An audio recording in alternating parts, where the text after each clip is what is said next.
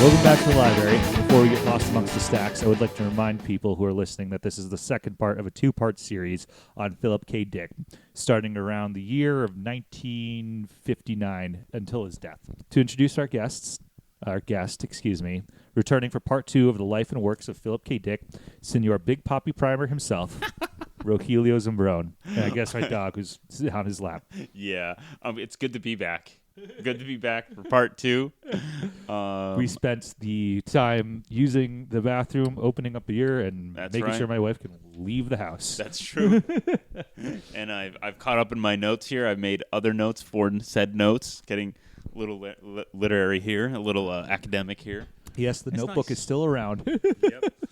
Keeping it.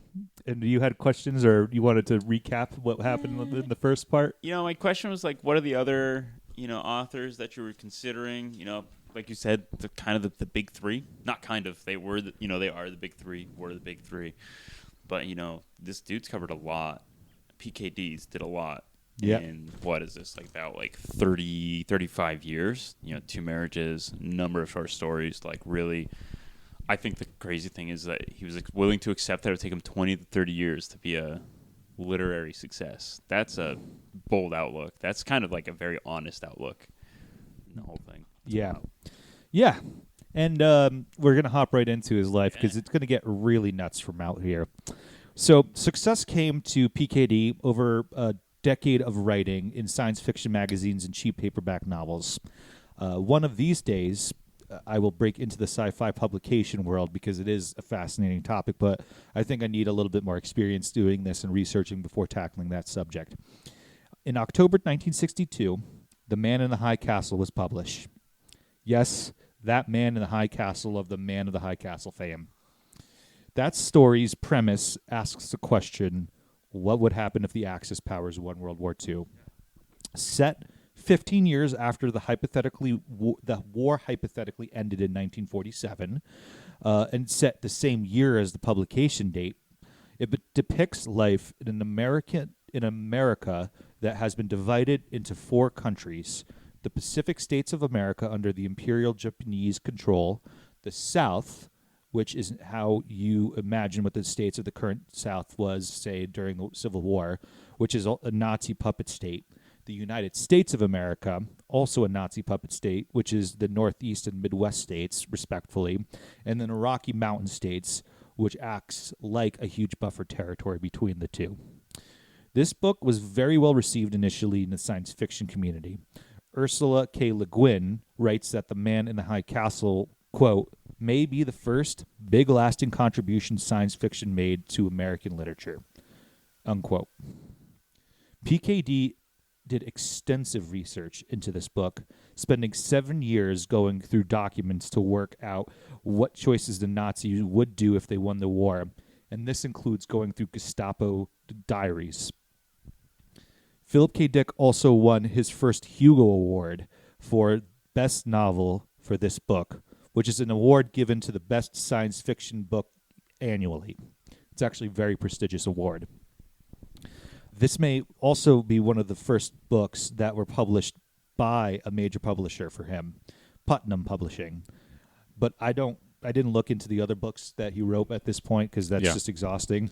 Sure. It definitely has now broken into the mainstream publishing he has at this point, though he won't break into mainstream pop culture for a little bit. His name is now big in sci-fi, though. Yeah. Let's say if I recognize some of these, I recognize some of these works, not knowing it was associated with him, and now I can see it's mainstream now. Yeah. Well, yeah, especially Man in the Castle. That's a show now, like an Amazon series too. Yep. Yeah. Yeah, it's a pretty well received Amazon series too. I think it's Amazon, right? I'm pretty sure. Yeah. Yeah. Hopefully, I don't know if you'll ever get sponsorship by Amazon or Kindle, but yeah, I'll probably refuse. Sorry. Both. It's okay. Yeah.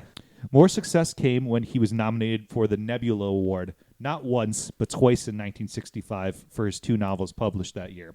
The first one is called Dr. Blood Money, or How We Get Along After the Bomb, which I think the title itself is all you need for the description. And the second one is The 3 Stigmata of Palmer Eldritch, which takes place in 2016, where humankind was colonized every habitable planet and moon in our solar system, and in order for those humans away from Earth to cope, they rely on an illegal hallucinogen called CAN-D, which is secretly distributed by a big government corporation. Sweet. Sweet. Yeah, I know. Which definitely didn't happen in the 1970s and 80s during the crack epidemic. I see where you're going there with that. Okay, I see where they're going there. Dude, I guess he had no idea this was going on at all, and I actually have no freaking clue, but I'll point this out later about some of the stuff that the government was doing in the 60s, too. And I didn't write this down, but when you do read his stuff, one of the main topics and things you're going to pull away from is when you read multiple, it's always dealing with humans. It doesn't matter if it's going to be in space, if it's going to be anything else. There are some androids here, in there, but it's always the main character is a human in the sense. Almost always, most of the time, right? Okay. It's not Martians, it's not Venetians. Yeah, you got it. Yeah. Also, people from Venice. True. But yeah, it's not always. Let's say because I haven't read everything. That's a blanket statement, and you shouldn't say that. But most of the time. The Nebula Award, by the way, is an award that recognizes the best work of science fiction or fantasy published in the United States. Okay. Which he also was nominated again in 1968 when he wrote and published Do Androids Dream of Electric Sheep? Are you familiar with this book at all? No. I know I've definitely heard of the name before, and I've seen like drawings or artwork based off just the title, but I've never read the work. Yeah, we touched upon it briefly in the intro, the first episode, because it was a funny joke to ask. It's the basis of the movie Blade Runner. Oh, no way. Yeah. Oh, that's sick. Mm-hmm. Okay. What part of it's the basis of the Blade Runner? Well, I'll take the whole thing. The whole thing. I'll take this again straight from Wikipedia. Sure. I've read the book too, and you can borrow it if you want it. I have it downstairs.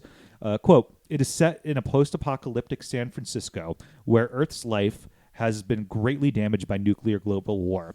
The main plot follows Rick Deckard, a bounty hunter who has to, quote, retire, unquote, i.e. kill, 6 escaped Nexus 6 model androids, while a secondary plot follows John Isidore, a man of subpar IQ who aids the fugitive androids, kind of by accident.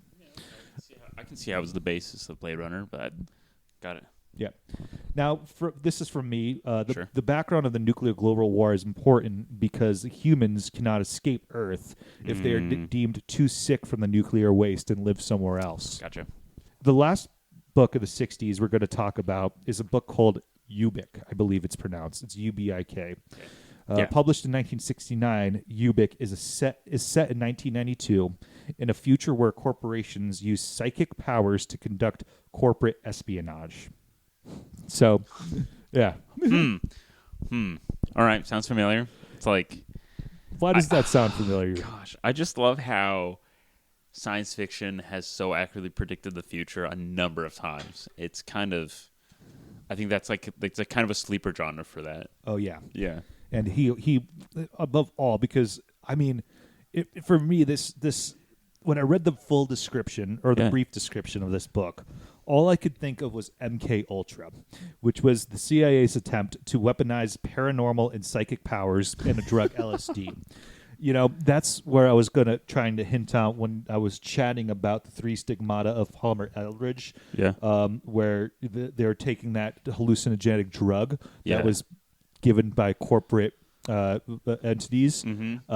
Well, the CIA would give out acid to anybody who wanted it at the time in that mid 60s, and I have no proof that he was at all a part of MK Ultra if there's no involvement, but these plots are so crazy to conceive that he's making them at the same time as this is actually happening under Hoover's CIA. That's right. Remember Hoover, the guy who I didn't meet him personally, but I know of him. Now, after the first one. Go look up J. Edgar Hoover and tell me that trans people didn't ever exist. All right. Now, the 1960s was a successful time for PKD in regards to publication and his star rising in the American science fiction community. His personal life, however, is a different story. We're going to jump back a little bit now about his second marriage. Okay. Remember how he was very happily married to Cleo Apostolides throughout all of the 1950s, basically. In 1959, he met another woman. Oh, okay. Anne Williams Rubenstein, and they started an affair. Anne had moved to San Francisco with her husband at that point and 3 girls in 1955. Here's how she met Philip, according to the New York Times writer David Stretfield, who wrote about her after she passed away, at the age of 90, actually. Quote, on a whim, the couple moved again, in 1955 this time, to Point Reyes Station, an isolated farming community north of San Francisco. That must be Marin County because there's nothing north of San Francisco except for the San Fran Bridge. In 1958, Richard Rubenstein was being treated in an East Coast psychiatric clinic for depression when he abruptly died, apparently from an allergic reaction to tranquilizers. Oof. I know. Oof. I mean, yeah, going back to what you were asking about how they treated people in mental asylums in the first part. Right, and that wasn't that long ago either. Like, truly speaking, that in human history, that's... Nope. Oof. 3 weeks later, Anne Rubenstein met a new couple who had just moved to town, Phil and Cleo Dick. Got it. After a whirlwind affair, Dick moved in with Anne in the spacious modernist house she had shared with Mr. Rubenstein, unquote. Dick divorced Cleo in 1959, shortly after, and the couple then married on April Fool's Day in 1959. Very shortly. They would have a daughter together, Laura Archer Dick, in 1960. Anne also had 3 girls in a previous marriage, so there's 4 girls in the house now. Now, this isn't what you call the healthiest of marriages, but it sounds like it started off great. They would have wide-ranging, universe-spanning conversations, and Mrs. Dick, as she would be known for the rest of her life, would provide him books on Freudian and Jungian theory. Mr. Dick gobbled these up. For there's one thing you can definitely say about Philip K. Dick was he was an autodidact. He had the ability to learn about any subject, basically self-taught by simply reading it. Wow. He had a brain like that, I know. So school is definitely not for him. Anne would also support PKD throughout the pivotal early 1960s for him, where he was first found real true success in a few of the books I previously mentioned. Okay. For all of his quirks and the fact that he was shy and suffered agoraphobia, he had a personal magnetism that drew people to him. He must have, really. This came out from a 2010 New York Times article by Scott Timberg. Anne said of Phil, quote, he knew how to talk to people, to move their emotions and thoughts, but he was too shy to go out in public. He would have been a great FBI agent or a great actor. Oh. Wow, that is ironic given his history with the FBI. I know. That's great. However, this would be a physically tumultuous marriage. Quote, Anne and I were having dreadful, violent fights, PKD wrote to a friend, slamming each other around, smashing every object in the house. The kids were running in terror, unquote. Wow, jeez. Now, the Times article I got that from also said this about their fights. Quote, she often gave as good as she got. However, dishes flew during quarrels and so did furniture. Husband struck wife and wife struck him back, unquote. Well, great that she fought back. This language kind of excuses this behavior, which is absolutely fucking terrible. Yeah, it's awful. Yeah, so it's 2010. The New York Times still not getting with the times. In 1963, PKD... I mean, that's 15 years ago, damn. Yeah. But like, that's 2010 was definitely not appropriate. Yeah, we were past people fist fighting in marriages. Well past by that point. Yeah, absolutely. In 1963, PKD tries to push Anne off a cliff in a car. Oh, my God. He then later had his wife involuntarily committed to a local psychiatric center for 2 weeks. The ward was kept locked at all times. She was there for all the 2 weeks basically by herself. He did this, as he told his neighbors, because he thought genuinely that she was going to kill him. Now put a pin to this thought, all right? Got it. The marriage lasted 6 years, and they would divorce in October of 1965. Definitely for the best for everybody involved here. Getting a little dark. A third divorce didn't stop old Dickie Boy, though. No siree. He jumped right back into the dating pool. After filing for divorce, he met and dated a fan of his, author and editor Grania Davies. He moved in with her in Oakland. This ended very quickly as one day he attempted suicide by driving off the road. Grania was a passenger at the time. Jesus. Oh, my God. Yep. In 1965, he met and courted Nancy Hackett. They married in July of 1966. Wow. So, yep. Together, they had a daughter, Isolde Frey Dick, in 1967. Isolde, I believe, is an opera singer's name, if I'm not corrected. I don't know how to pronounce it. I'm sorry. In 1970, they separated, finalizing it with a divorce in 1972. Now, that was intentionally abrupt because, one, there isn't much about their marriage, not a lot of info, and two, I was just getting tired of hunting down all these guys' love life and affairs. 100%. We will discuss why she filed for divorce and moved out of the house when we touch about his life a little bit longer, later on. But first, let's pivot to PKD's mental health throughout this entire period. Yep. Between 1960 and 1970, Philip K. Dick published 21 books. That's an insane rate of writing. He was able to do this because of his addiction to amphetamines. Oh, okay. There's the secret sauce, right? Things have become much clearer now that he was basically taking baby meth. Wait, I'm just thinking, is that the basis of some of his books? Just drug-induced, how would I say, compliance and drug-induced just fevers here? Yep. Oh my God. Yep. Yeah, as you're telling me about these these marriages, I'm just looking at the timeline I've written here. I mean, he got the Nebula Award a couple times here in 1968 and 1965. That's one busy guy. That's one really busy guy. He lived a hell of a life. Oh my God. Remember that time he put his third wife Anne into the mental asylum? Remember that? Well, he gradually developed an unhealthy paranoia about Anne during their time together, convincing himself that Anne had killed her first husband and was planning the same fate for him. The reason why this reason was because of paranoia, simply put. Okay. One day, while these two were putting lumber in their garage away, he opened the gate, got into his car, and floored it. That was right before she was put in the asylum. Jeez. Yep. Yeah, he should be the one in the asylum. That's. Yeah. Yeah, 100%. Yeah. Unfortunately, this is 1965. This is before women could even get separate credit cards. Right. That's true. Yeah. I totally forgot about that. Yeah, and there isn't people openly advocating for that right now in Congress at all. No, that isn't happening, right? No, not happening. No, not at all. No, not at all. No. Fuck. Now, almost everyone here has seen Breaking Bad, I think, yes. and saw the physical effects of meth, and there are great scenes that depict the paranoia it causes. I know he wasn't on meth because it really wasn't invented in the same way that we know at that point. Sure. If it wasn't as widely available.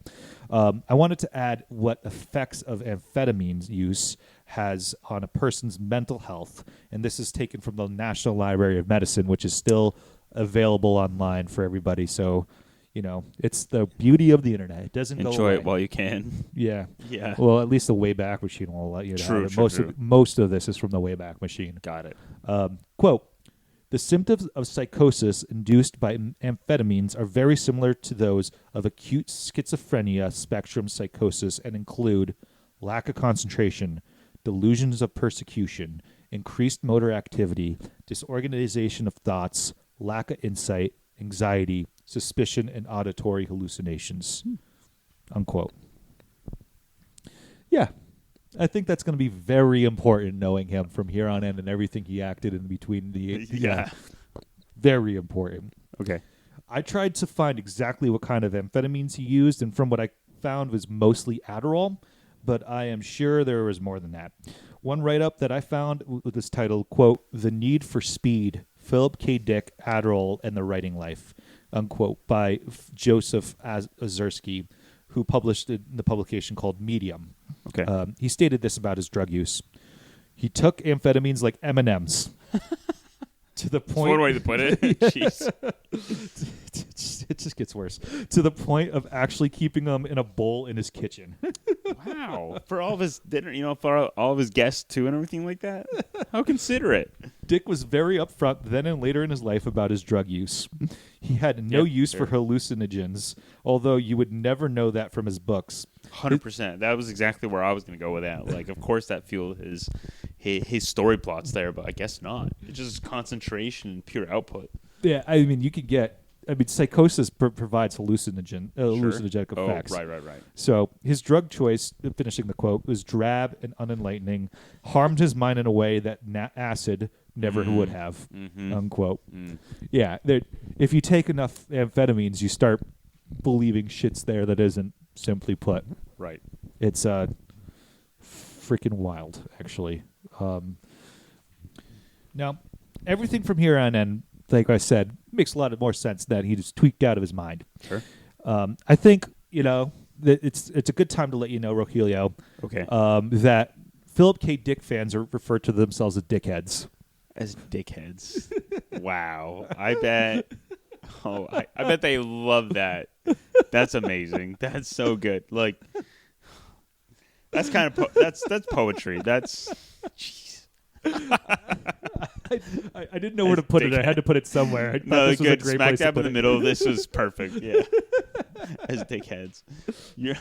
What if you called someone a dickhead and they're like, oh, yes, well, in fact, I am. And they'd be like, excuse me? And they just start reciting off like their favorite passages. Yeah. That would throw me off. I'd be like, listen, I'm not messing with that person anymore. Yeah. Nope. Wow. Okay. So we've made it to the year 1970. Tricky Dick Nixon is halfway through his first term in office and is about to start taking actions that would get him impeached because he broke the law, and we held presidents accountable for breaking laws at one point in this country's history. Stagflation still hasn't happened yet, and we have a methed out writer who is on the roller coaster ride that is called extreme paranoia. Gotcha. It's also when his fourth wife, Nancy, leaves their home.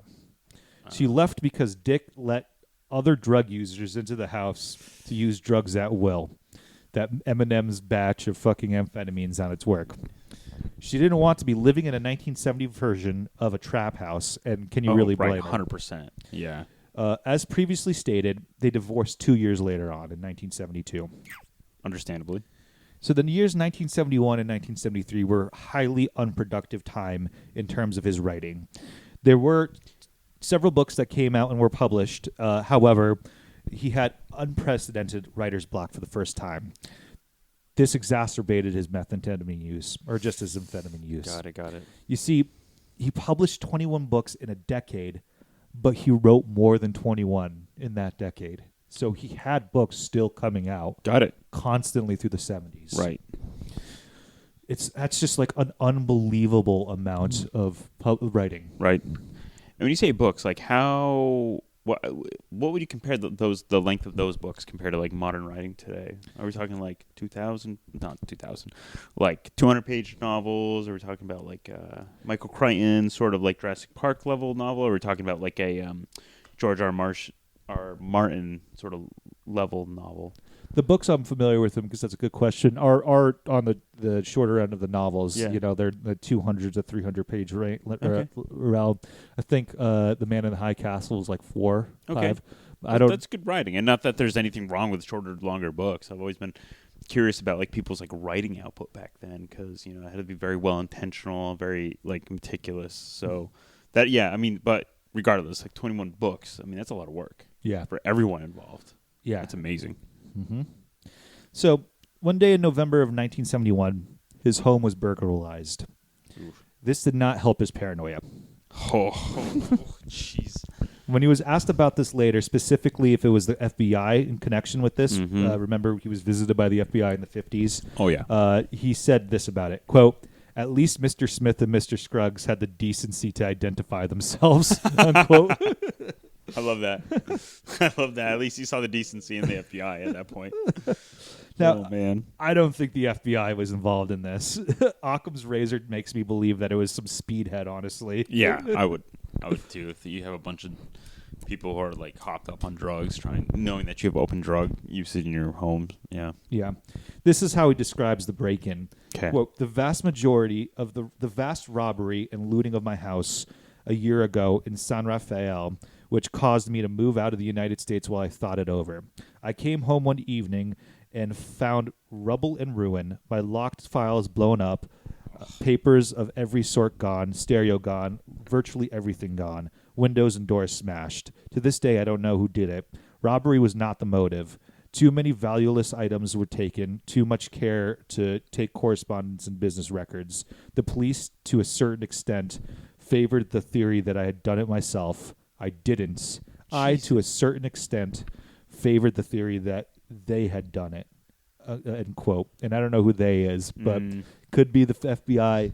That's what it sounds like. But Sounds like to me when someone says something like that, like kind of like Big Brother the Man sort of thing. But yeah, I mean, it just sounds like a meth head. oh yeah, that's true. Yeah.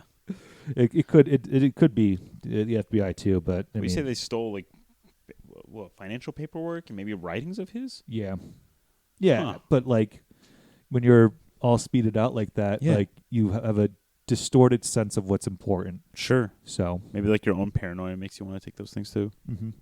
also, the reason why I think the FBI like started to back off on him because in the 60s, after he became more successful, he shifted to the right a little bit more Gotcha. and would add elements of libertarianism and start denouncing communism as time progressed. Got it. Though that isn't really hard to believe, as you know, even in his communist meetings, he wasn't really the person who would agree with everything that they were saying. Let's leave it as that. The Quaker upbringing of his also made him firmly anti-Vietnam War at the time and anti-government in general. He joined the Writers and Editors War tax protest that pledged to not pay income tax for the war. He got his car confiscated by the IRS subsequently. Bummer. I know. He also condemned eugenics in Do Androids Dream of Electric Sheep, which is great. That is good. That's a positive. It's a good stance. Yeah. And then he wrote a satirical anti-abortion story in the response to Roe versus Wade. This isn't great. Right. Guys all over the place. Yeah. He was certainly a person of interest of FBI basically throughout all his life. So he had like they're almost like what do you call it? Secret admirers in a way, I guess, right? Like they had to be checking out his material constantly. Yeah, but like once the FBI is like locked in on you, that's it. They're locked in on you with life, basically. Yeah. But there were some Freedom of Information Act filings released that they just never was a break-in mentioned. So, you know, I think even the FBI would have written something. Mm-hmm. Moving on, in 1972, he was invited to be a guest at the Vancouver Science Fiction Convention. He gives a speech that, honestly, reading part of it is a projection of his own reality through his paranoia, and we got some really heady shit to go through in a few points, and I just couldn't get into this one too much. So if you feel free to read it, go for it. What I did pull out of the speech is that he announced he was staying in Vancouver. Moving there, right? Yeah, pretty sweet. Oh, and that he fell in love with a girl named Janice that he met at the convention. Very nice. Very nice. Classy. Around this time, his moving to Vancouver also conveniently aligned with when the bank was about to foreclose on his house. Oh, shit. Which also aligns pretty closely to when he robbed everything. Excuse me, when his house got robbed. Right. There's no proof that he robbed everything, but that would make people suspicious. Oh, 100%. Yeah, that's really close. Yeah. Yeah. A local journalist and friend of Dick's in Vancouver named Michael Walsh, invited him to stay at his house. True to form, he fell madly in love with Michael's wife, Susan. Yo, what a dog. This guy is fucking crazy. Now it is unclear to me what happened next, only that his behavior was very erratic, and he was kicked out of the house in 2 weeks' time. Makes sense. Don't blame the guy. Yep. His relationship with Janice, who actually did exist, apparently, Oh, good. also ended, and she left the city. Oh, my gosh. No, they weren't married, right? It was just, this is like, that would have been like wife 5 at this point, maybe girlfriend 10 or something like that. Yeah. Ladies' man, I guess. It's so hard to follow his guy's love life. Yeah. Because apparently after his fourth wife split and left, he was dating somebody called Kathy who refused to come to Vancouver with him. So there was also a Kathy involved, and he was writing a book that never came to fruition called Kathy. Yeah, it was also the time where the writer's block was at its peak. Got it. On March 23rd, 1972, Philip K. Dick attempted suicide again. This time, he ingested 700 milligrams of potassium bromide, a sedative. Quote from Mad Flight of a Manic Phoenix by R. Green Cameron. Quote, then he changed his mind and phoned the British Columbian Crisis Center for help.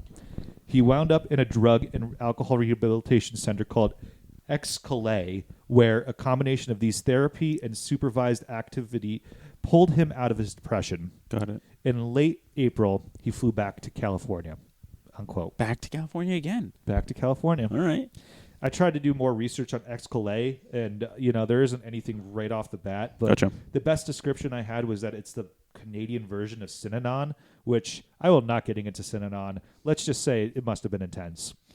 In October of 1972, he began writing again.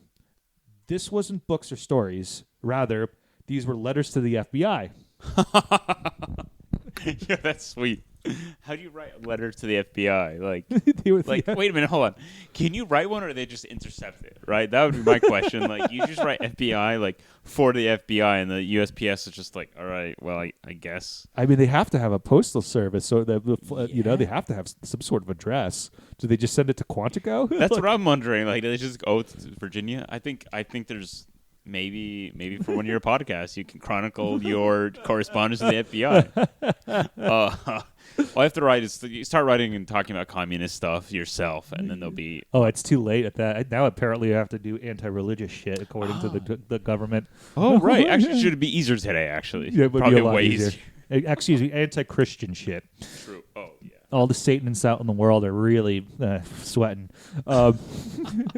You see, the reason why he was writing to the FBI was because he was convinced that a fellow science fiction writer, Thomas Disch, was a communist agent and that he was trying to recruit him. In 1972? Yes. Okay. Yeah. Damn. Yes. Yeah, he also wrote a letter in 1974 stating that Stanisław Lem, a Polish contemporary sci-fi writer who I lent you that book a while ago by him, Solaris. It's like the most well-known one by him, I think. He said he didn't believe that Stanisław Lem was a real person, rather a communist committee who wanted to, quote, gain monopoly positions of power from which they can control opinion through criticism and pedagogic essays, unquote. This, of course, Sweet. is nuts. Yeah. But the most offensive and counterfactually thing I took from it is he referred to him as a Russian writer, and that's pure false. It was something about these FBI letters, or the rehab perhaps, that he was able to write again. In 1977, A Scanner Darkly was published. I include this only because that even though he wasn't writing for years, he wrote not very much between the years of 1971 to 77. He was still publishing a book almost every single year because he wrote so much. This book also became a rotoscoped film starring Keanu Reeves, Winona Ryder, Woody Harrelson, Rory Cochrane, and Robert Downing Jr. in 2006. Badass. Yeah, it was also probably... Oh, I said that. Now we've arrived in the year 1973, all right?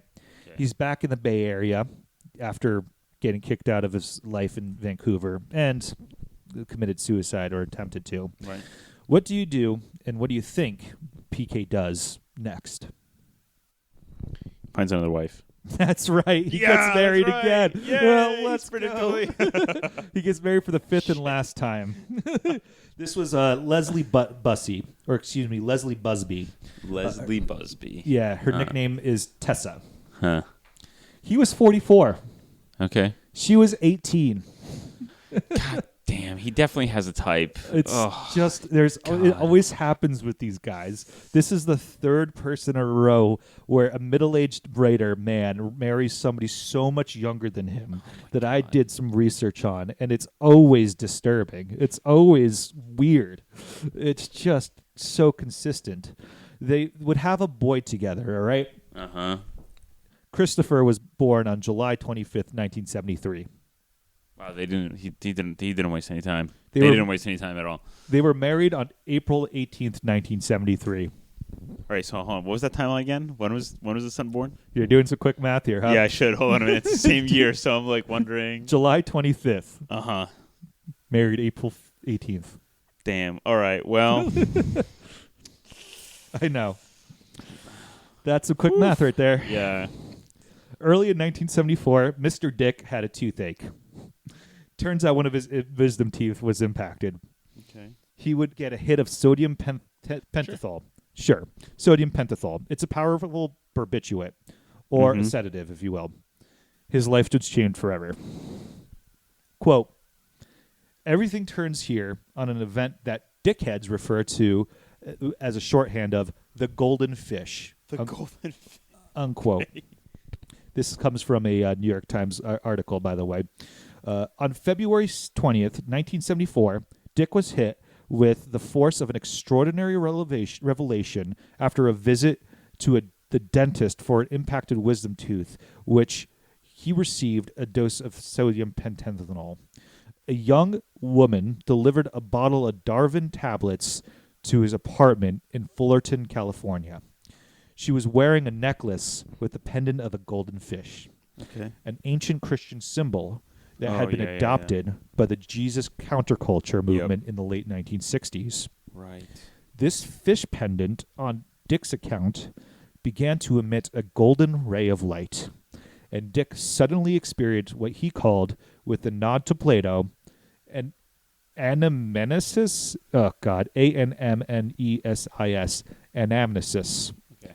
It's the recollection or total recall of the entire sum of knowledge. Holy shit. Yet the golden fish episode was just the beginning. In the following days and weeks, Dick experienced and indeed enjoyed a couple of night-long psychedelic visions with phantasmagoric visual light shows. These hypnagogic episodes continued off and on, together with hearing voices and prophetic dreams, including a clay pot that Dick called Ho-On, or Oh-Ho, which spoke to him with various deep ritual issues in a brash and irritable voice. Unquote. Yeah, that was from the New York Times article written by Simon Critchley. Gotcha. Any questions? Yo, it sounds like he's just going crazy. Like his brain at that moment just like tipped the scales into like full on psychosis. Yes. That's what this sounds like. Am I at least close? You know what? It's hard to say. Oh my gosh. But yeah, that's I what it just sounds imagine to me. like hallucinate. Like, well, this is not drug induced, right? This is I just think he's sober at this point. all natural. But his brain's just going crazy. But I think that the years of drug abuse Holy is definitely something that comes into play here. It definitely is not a non-factor. Yes, it doesn't sound like he was afraid of anything. It just sounds like he was like, "Yo, this is happening, and I'm just going to live in the moment." I guess if you've been on drugs for a while, that wouldn't terrify you. You're just like, "Oh, this is happening again. Let's see where this takes me." I can only imagine. PKD would refer to this experience as 2-3-74. February and March 1974, respectively. Okay. This visionary experience was so powerful that he wrote over 8,000 pages about his hallucinatory experiences from this point on to the rest of his life. Oh my God, 8,000. These included visions of beams of pink life where extraterrestrials were contacting him. As one extraterrestrial called Zebra said, he told him that time had stopped during the Roman Empire and that his existence was all an illusion. Oh, geez. They also contained geometric shapes, kind of like fractals, and thoroughly detailed descriptions of what he referred as VALIS, which is an acronym for Vast Active Living Intelligence System, which is also a title of a book he wrote at one point and published. He also believed he was speaking to the prophet Elijah at one point. This is all compiled, all of this, into a book that is called the Exegesis, E-X-E-G-S-I-S, so Exegesis, which dictionary.com defines this word as a critical explanation or interpretation of the text, especially of Scripture. Jeez. You know, I didn't read this book. I don't really plan on it. But if somebody starts donating on patreon.com and I make enough money and you guys really send out enough hoo-ha saying lostinthelibrarypodcast at gmail.com or DMing me in some way, I will do an episode on this with enough subscribers. Oh. He condensed the 8,000 pages into a 900-page odd book. Do you think it's an audiobook already? It might be. Yo, I was thinking you should do the 8,000-page audiobook. Really send it up. Your life's work is to read his Dude, work. how long would that take? I'm just trying to think about, like... 1,000 pages would probably be 4 weeks of recording. Straight. Yeah, straight. Right? Like, that has... I'm trying to think of just writing. I'm still stuck on that. Like, how do you... I can't... I mean, that's so many pages. Like, I like writing, and I can type away at a good clip, but 8,000 pages? I would put on a limb most prolific writers that we would consider prolific writers barely publish 8,000 pages. Like barely. Like not even, right? Like yeah. That's unbelievable. It's so much work. I just wonder if it was like a wall of text, or like sometimes he broke out into poems, or like really messed with the readers and his writing style. I just can't imagine how. I'm trying to. I can only assume that it must have been some mix of coherent and incoherent thoughts and topics mixed in there. There was a point where they were describing how he was writing this, and I'm like, I can't put this in there. There's too much. Yeah. But apparently he would sit down and write 20 pages at a time, single space, like all the way to the outer corners of the page. He would just sit there for hours and go for it.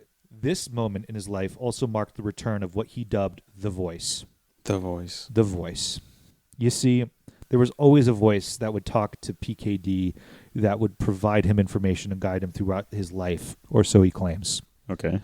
Quoting a piece by Anthony Peake for New Dawn magazine, quote, Phil was expected to attend at the University of California in his hometown of Berkeley, but in order to do so, he needed to reach the entrance grades required.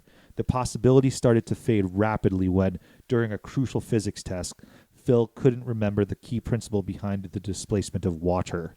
Oops. As 8 of the 10 questions involved this principle, he was clearly in trouble. And then it happened. A voice clearly and precisely explained to the surprised young man the scientific principles he so desperately needed to understand. All Phil had to do was write down the words in his head. Phil received an A. Yo. Sounds a whole like schizophrenia, doesn't it? Oh, now they say like, yeah, 100%. Yeah. Oh man, or like his like somehow his like conscious like just pulled that out of nowhere or something like that. And I don't know if it's just self-talk happening in his head. Yeah. I don't know what's going on, but him doing this and him saying it the way this says, the way it's written, it could be.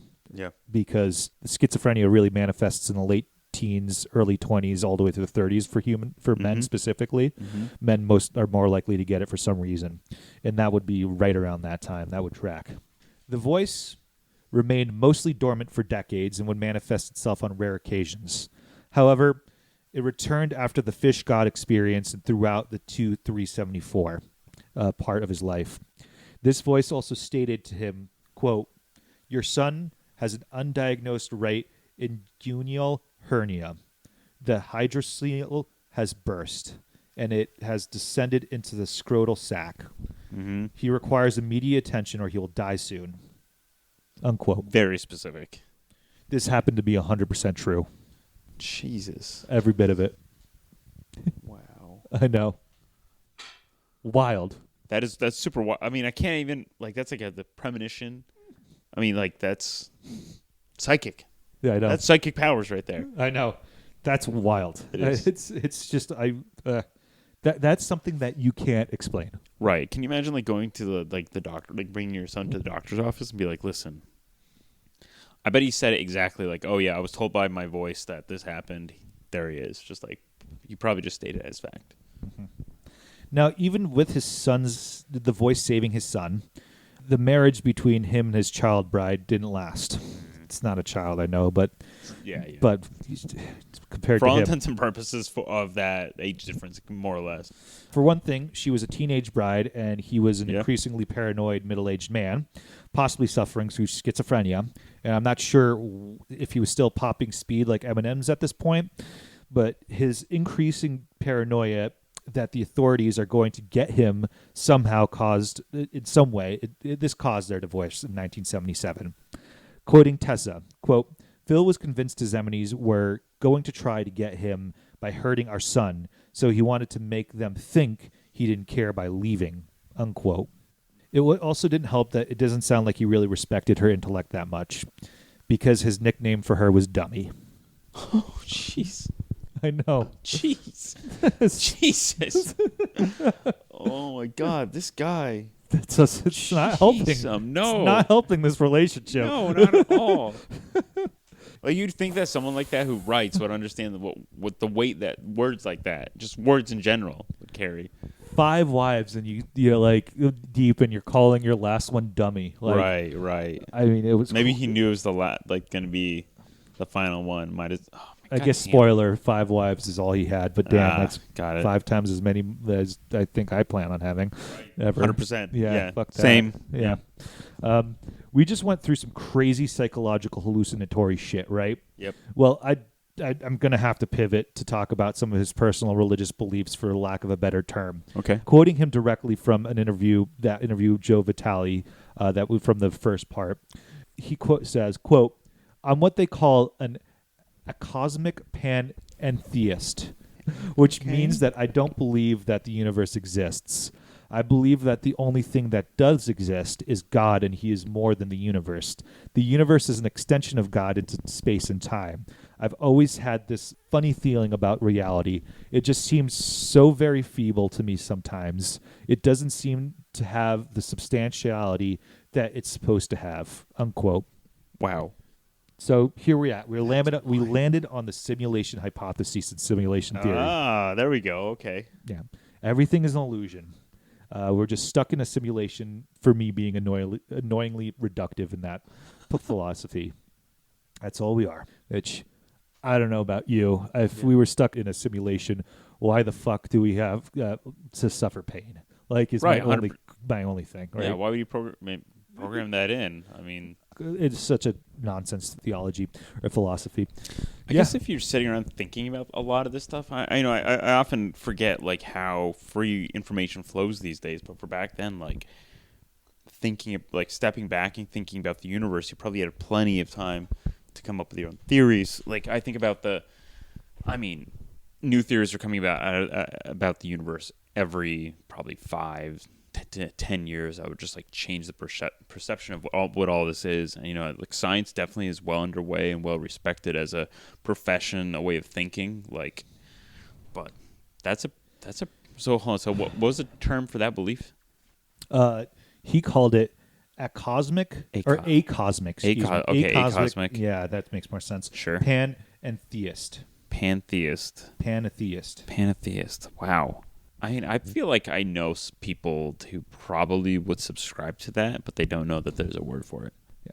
This is a little off topic again, but I found this fun. The interview continues, and he states that he believes, quote, organized religion is crooked, dumb, and it's lost its keys. I mean, it's okay to be crooked and dumb. We're all crooked and dumb. But the tragedy is that they've lost their keys. They can't even point us in the right direction, much less take care of us there, unquote. Bold statement. I mean, like, at least he's convicted of what he believes. I have to add some sad truth about science fiction and the way that Americans in the U.S. market depicts it and really views it. We as a society have this concept that sci-fi is almost a childish genre that lasts this very day, and it started when it first came out. And because of this belief, we tend to lose the core meanings and values of the genre as a whole. I know that we talked for hours about PKD and didn't really dive in too much into his messages, into his books, but you can learn a lot about life, love, philosophy, you name it, in sci-fi, and in much more creative and interesting methods than in almost any other genre you can think of, realistically. Yeah. It is an incredibly creative genre, even though it could be dry and honestly difficult to get through because you have to have a vast imagination in order for you to understand the meaning. Right. It's one of the reasons why I love sci-fi. Yeah. Sci-fi can also be mundane, too. Like, there's mundane science fiction where it's just, like, oh yeah, this is just a slight alternate reality of this thing that actually happened. Like I could see like, Man in the High Castle being almost lumped under that without, except for the context of like World War II being such a heavy topic to speak about. But I agree. There's sci-fi is very far-reaching, and I'm wondering. I think a lot about how like PKD was trying to find popular science, right? At some point, he was looking for probably some sort of knowledge or something brand new, and then stumbled across these stories, and just maybe that was I don't know when sci-fi was like brand new. What era do you think that would be, like in the 1800s or just early 1900s? Yeah, in the 1800s. 1800s, yeah. There are a lot of different first science fiction books, as they're claimed. Going all the way back, we could even say that Mary Shelley's Frankenstein was probably one. Or, excuse me, yes, it's Frankenstein. Dr. Frankenstein. Yeah. It's a broad-reaching genre. Well, I guess what I'm trying to say, I agree. It is a broad-reaching genre, and you can fold a lot into it. I've also, there's this book that I have by, I think it's W.P. Schnell. Okay. And I keep mixing him up because there's a he's originally from South Africa, but this Scottish rugby player called W.P. Nell, and I keep thinking those two up, and they're completely different human beings. He was writing in the late 1880s, that era, and he wrote The Purple Cloud, which is a book that I'm going to get into, and I'm going to talk about W.P. Schnell. There we are. And the only reason why I haven't yet is because he's got 3 biographies coming out by one guy. Wow. I know. It's pieced out into thirds of his life, and those just haven't been published yet. So maybe one of these days. In 1977, he was interviewed by a French television crew comparing his position as a writer in America and one in France, where he was actually very big. He said, quote, "The position I held in America, those positions are very lowly. Science fiction is considered to be something for adolescents, for high school kids, and for disturbed people in general to read in America. And the publishers will buy a novel which must be rigid moral standards, which has to do with sex and violence and so forth. And we are limited to writing books which has no sex and no violence and no deep ideas, just something of an adventure kind of nature." Gotcha. Unquote. Talking about how science fiction writers themselves, he said, quote, "We are considered on the bottom rung," unquote. He did say at the end of, or towards the end of this interview, that scholars are beginning to use his books in academia and science fiction in general, but they're rare. I, for one, I cannot think of a science fiction book I read in school. Like, not a single one, right? I basically read all the books in school because I enjoyed that part of schooling. So Right. Yeah, it's a good point. I think the only one I ever read the whole entire time was Aldous Huxley's Brave New World. I guess you're okay. Yeah, you're right. I read Brave New World, and I read Fahrenheit 451, so never mind. Yeah, well, but the vast majority of them are like prime literary examples, but to that point, like, science fiction doesn't fall into that category, because I can see how I could see science fiction being kind of like a fun adventure without the seriousness of like the adult world kind of mixed in there. But there's a lot of a lot of science fiction books I read are more or less very serious and more technical than other things I've read. So, and when I say I read those 2 books, I read them for curriculum. Yeah, exactly. Yeah. It's true that PKD was more respected in Europe, and like I said, specifically in France as a serious writer.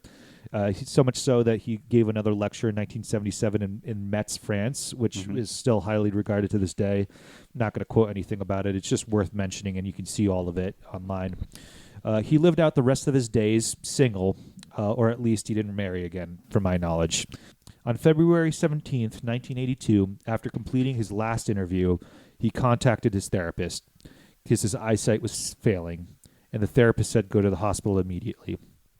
Philip K. Dick did not. The following day, he was found unconscious in his home in Santa Ana, California.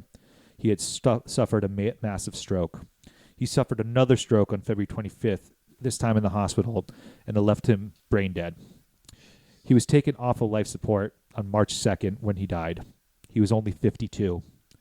This wasn't explicitly stated, but I think the years of amphetamine abuse or just amphetamine abuse finally caught up to him physically, as speed can cause strokes. Yeah. It definitely can. Dang. Another concept of what happened to him, I think it's TLE. I don't remember what the first things that were called, but some form of epilepsy that is caused that can cause strokes to happen and can cause hallucinations, and that might have also been something that triggered during 2372 or 74, excuse me. Something to note. So he's just having a bunch of little mini strokes, or like just physically induced psychoses from all this blood loss to his brain. That's why. Yeah. Two parts of this man. We talked a lot about him. This still poses the question: was he crazy? Do you think he was crazy? It sounds like he technically wasn't like technically crazy, but he definitely went crazy. Yeah. Right? Like he kind of, but he channeled it. I guess it depends. Like, to me, from what you're telling me, it sounds like he didn't. When I think of crazy, I think of someone like not liking it and being afraid of it and wanting help. But it sounds like he was the complete opposite of that. Well, he didn't seek much help, and he channeled it into writing. I don't think he liked it. He was very paranoid all his life. Right. So that was the baseline for him, right? Yeah, that was. Maybe I wonder if the psychosis was like, or his hallucinations were an escape. It just sounds. I wonder if he did. If he told anyone about it along the way, other than his writing. I guess. Yeah, he must have found some stuff. Yeah. Wow. Yeah. Absolutely crazy. Yeah. Philip K. Dick wrote for the rest of his life. I wrote here that I can't diagnose him. Sure. He does sound like he might have had schizophrenia, the paranoid type. He was definitely a visionary and a genius. That's definitely certain. He published a total of either 44 or 45 novels in total. Oh, my God. And 121 plus short stories and novellas. There is now a prize in science fiction that started the year after his death, 1983, called the Philip K. Dick Award, that gives to distinguished works of sci-fi published in paperback originally, is what I saw. Before his death, he was helping to assist the very first film adaptation of one of his movies. The movie Blade Runner came out 6 months after his death in 1982, which we spoke of earlier, was adapted from Do Androids Dream of Electric Sleep to Androids Dream of Electric Sheep. Other movies that are based on his books are Total Recall, from the story. Yeah. It's a short story. We Can Remember It for You Wholesale. Screamers from Second Variety, which is another short story. The Minority Report, movie Paycheck, Imposter, A Scanner Darkly, just to name a few. There are more, and I'm sure many more will come. The total value that grossed from his writings that were turned into movie have already reached $1 billion today. He never saw a single one. God. That's Philip K. Dick's life. Yeah, good one. I'll say, I'm surprised. To me, after all this and like realizing all the media that's been pulled out of his literature and his books, novels, novellas, I'm surprised he's not one of the big three. That's pretty cool. Not considered one of the big three. I think it's because basically he missed just the timeline of it. He was a little later than. I think there's purely timing and luck around that. Yeah. Wow. Yeah. $1 billion. Yeah. That's a lot of. That's a lot of art. Yeah. I'm gonna have to check out some of those, a lot of this stuff, or at least maybe some of these film adaptations, and check out these novellas. That'd be really. I'm always looking for new sci-fi. Yeah, there you go. I hope you enjoyed this. I hope you're going to pick up some of his books. He's objectively a creative person, even though he definitely had a lot of problems throughout his life. He wasn't necessarily he wasn't the best husband. He sounded like a good father to some of his kids. I don't know exactly if he was to everybody, but Another thing to note is that a lot of his ex-wives end up becoming writers, too. I just couldn't go down that rabbit hole because there's not enough time, but many of them published books, which is interesting to me. So I used a ton of sources on this. Tortured Blade Runner genius Philip K. Dick hated babies. Once thought aliens controlled him and tried to kill 2 wives by Grant Rawlings of The Sun, Life of Philip K. Dick. I can't believe that's a single reference. Every single time you read that, I was like, what the hell? The Man Who Remembered the Future by Anthony Peake, writing for New Dong, Amazing Stories Magazine, Mad Flight of the Manic Phoenix, or Philip K. Dick in Vancouver by R. Green Cameron, National Library of Medicine articles, Philip K. Dick's masterpiece year, Scott Timber, writing for the New York Times, another New York Times article, called Ann R. Dick, Memoirist and Writer's Muse, is Dead at 90 by Dave Streitfeld. Another New York Times article, Philip K. Dick, Sci-Fi Philosopher Part 1 by Simon Critchley. Strange Vancouver Visitation of Philip K. Dick by Adrian Mack of Monte Cristo Magazine, an interview with Ann Minnie. The Need for Speed by Josh Oziski, a Medium publication. What is Plato's Theory of Forms by Luke Dunn, The Collector. An interview with America's most brilliant sci-fi writer, Philip K. Dick, by Joe Vitale of The Aquarian, philipkdick.com. Salon article, 8 Facts About Philip K. Dick by Katie Dancy Downs. Philip and Jack by Matt Cheney, Strange Horizons Magazine. Again, Strange Horizons Magazine, Matt Cheney. It should be called Jack and Phil. Ubu.com, interview, media, and loads of Wikipedia articles. So please send suggestions or reach out with any questions. lostinthelibrarypodcast.com. At gmail.com. I'm also creating a Substack as we speak. It's Fil Deptula or Fil Deptula, just my name. I plan on doing a Patreon soon. Please like and subscribe or comment on whatever platform. That really does help to make this grow. I really enjoy doing this, so please do so. Rogelio.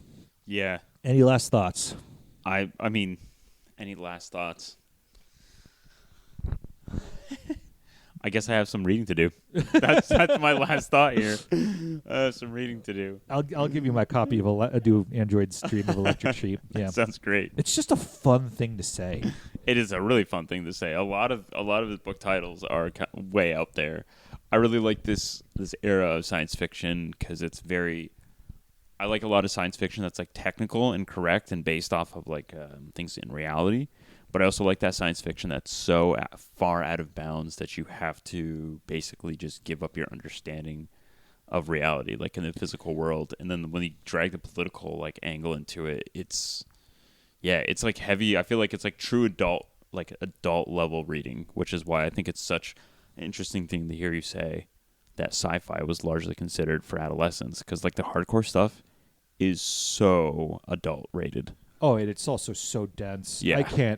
I wouldn't be able to I wouldn't give a kid anything by Isaac Asimov per se. You know, maybe some of his short stories early on, like the I Robot stories, but like absolutely not Foundation. No. Oh, that's right. I forgot about that series. Yeah, or like the robots found. Yeah, absolutely not. Mm-hmm. Yeah, thanks for having me here. I'm glad to be here. Glad you're here. Yeah, this was fun. This is good. I feel I was definitely this is more of my it's more my speed with the science fiction. I loved Isaac Babel, but this is definitely I definitely felt like out of my depth there. I learned a lot. I've learned a lot overall. Yeah, good. I hope everyone else has as well. Well, thanks, Rogelio. Yeah, Tell you.